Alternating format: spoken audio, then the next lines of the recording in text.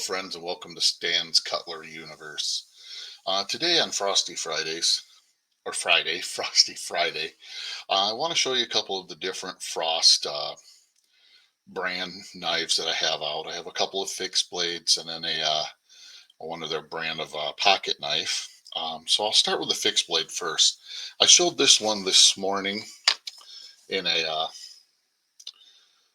short. Sorry, having brain fart. This is a deer skinner. This is my chip away cutlery.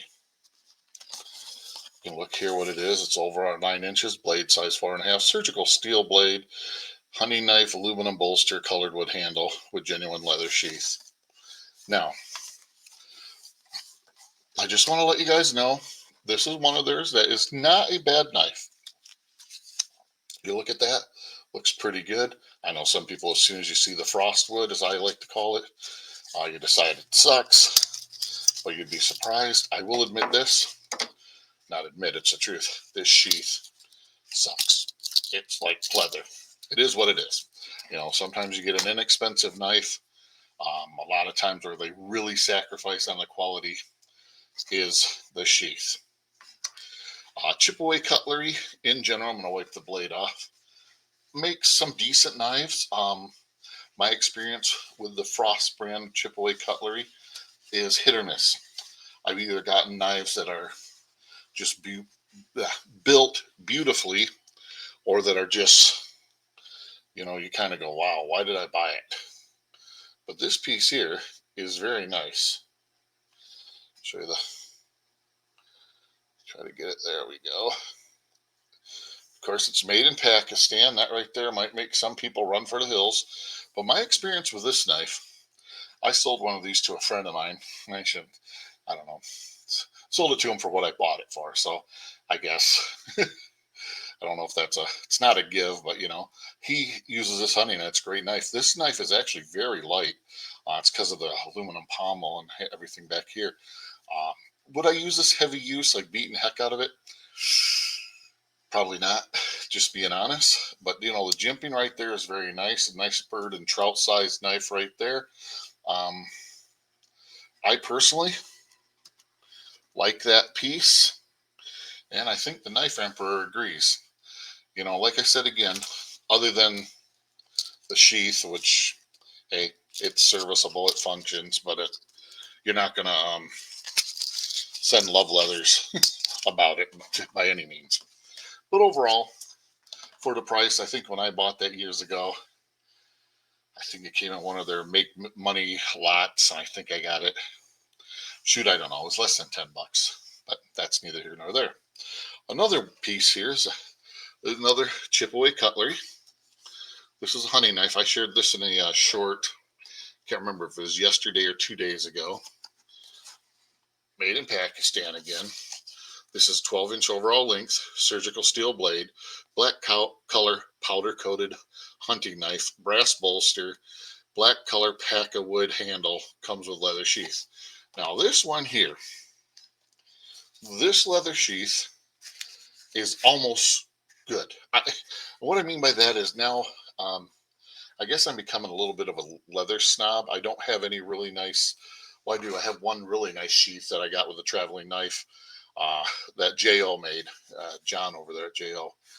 But, you know, when you start seeing, like, I don't know what they call these, the welt, I think it is, burnished down nicely and stuff, you know, the customs, it's like, man, you get a little spoiled. But overall, not a bad sheath. You know, it's very serviceable. This could probably use some oil or some mink oil. But, you know, this sheath here is at least serviceable. You know, we'll say it's at least serviceable. This knife is, going to just wipe the blade off, is, excuse me, very nice. Very well made. My experience again with these, the steel on this, I don't know if it's a 440, probably a 420, maybe just a 400, but it's a pretty good knife. Steel. I have had good luck with them. The handle fits your hand just wonderfully. Got this nice little pommel here to a noggin knocker. I almost said a nugget knocker. Ooh, that could hurt. Got a couple spots for lanyards there, but it fits. I have a pretty big hand that fits my hand nicely.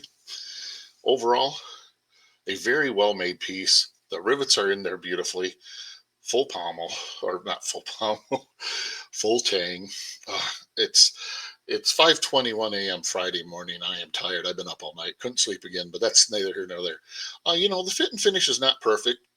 You can look here where the handles could be a little nicer, on both ends, but it feels good in the hand. And again, this is an inexpensive knife that I'd be willing to bet you could probably go on eBay, find it for, with shipping, I would guess $20. Is it a knife that you're going to take out and show your best buddies that are knife snobs? No. But is it a decent knife for the price? Yes.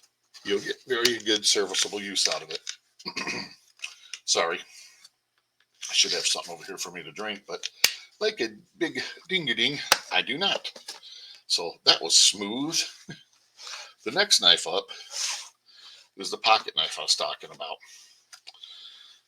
Now, for those of you that don't know, Frost Cutlery has many, many, many, many, many, many brands and name brands. Tobias Gibson, excuse me. Oh my goodness, that hurt. Oh, I apologize. Tobias Gibson just did a video about all the trademark names they have, and it's amazing. This is their Frost family series. And what I've noticed is like Frost has different levels, like, a lot of knife makers do. Frost family, in my opinion, from what I have seen, is equivalent, if not better than Steel Warrior. For those of you that don't know, Steel Warrior is like Frost's, it's the brand that they still have going, and it's like their very top of the line. I shouldn't say very top of the line because they got their Frostwood now. It's very top of the line for them, but it's their very low up end, if that makes sense. Like you're right to the point where your price mark's getting $20 a blade, maybe a little more. But this is the Frost family series. It is a Stockman. It's the FF-112 CBH, and I believe that's cowbone handle. I could be wrong, but we'll find out. Probably say right here. Okay, this is a 4-inch closed pocket knife.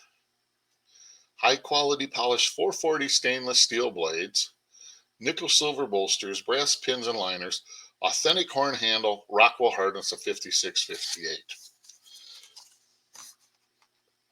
Okay, like I said, these are some very, very well-made knives. Look at this. Look at the blades. They're not hitting each other. Now, of course, you push on them to open, they could lean over. But the fit and finish on these is just as good as anything I've ever seen. And just like Case and Rough Rider and all the other brands, you're going to have every now and then, you're going to have one that has a little gapping or something. But these are just wonderful pieces. Got their little shield here, which is the Frost family crest. You got the match strike nail nick. You got the etch. Sorry, the Frost family etch. Tang stamp of Frost family with the shield again.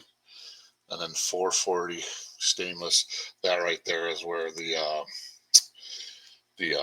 Rockwell test was. Listen to this snap and everything. I have not oiled this or anything. This is this. All I've done is wiped it down coming out of the box.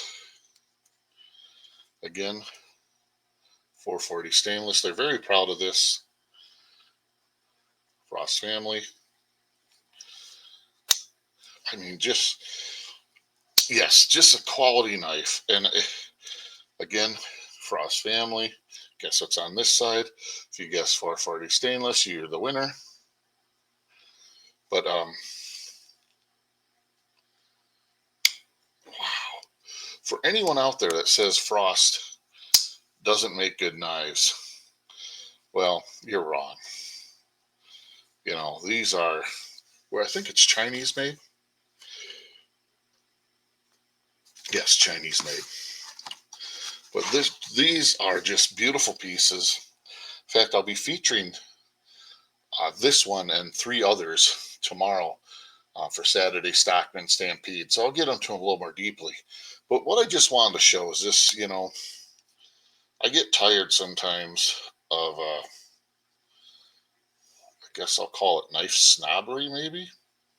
Is that a good thing to call it? When you get people just because something says, you know, frost on it, oh, it's crap. Well, I disagree. I I'm not gonna lie, like I said about those fixed blades and stuff, I have gotten some turds from Frost. But you know what? There's been a lot of people this year getting some turds from Case. There's been people that get turds from Rough Rider. I mean, it's just what happens. So that's what this open tag is about. Is a Frosty Friday. Show me your Frost Cutlery. Any Frost Cutlery brand. Doesn't have to say Frost, but like Chip Away, Trophy Stag, trying to think of other name brands, Steel Warrior. There's so many that they own. Just show them, enjoy them. There is nothing to be embarrassed about a Frost Cutlery piece. Right down to their dollar knives. Their dollar knives, I mean, honestly, dollar for dollar, I don't think you can beat their dollar knives. But you got to think again what you're paying for. You're paying $1. You're getting a dollar knife. This knife here, I'm willing to bet if you found one on eBay, I'm going to bet $15 to $20, maybe more. It is a very well, and all the Frost family pieces, their trappers, everything that I've seen are very, very well built. I think when Jim Frost was alive, that this was one of his things that he took some serious pride in is, the Frost family, he wanted that, and that's good. But yeah, I just want to say, don't be afraid to show your Frost cutlery. There's nothing wrong with it. And again, like I said, dollar for dollar, they're honestly hard to beat. Yeah. Well, thank you all so much for watching. I appreciate y'all. All I have to say with that is just uh, please like, subscribe, and comment, and share if you feel like it. I really appreciate your comments. Um, with that, gonna get out of here. Live long, prosper, and collect your own way.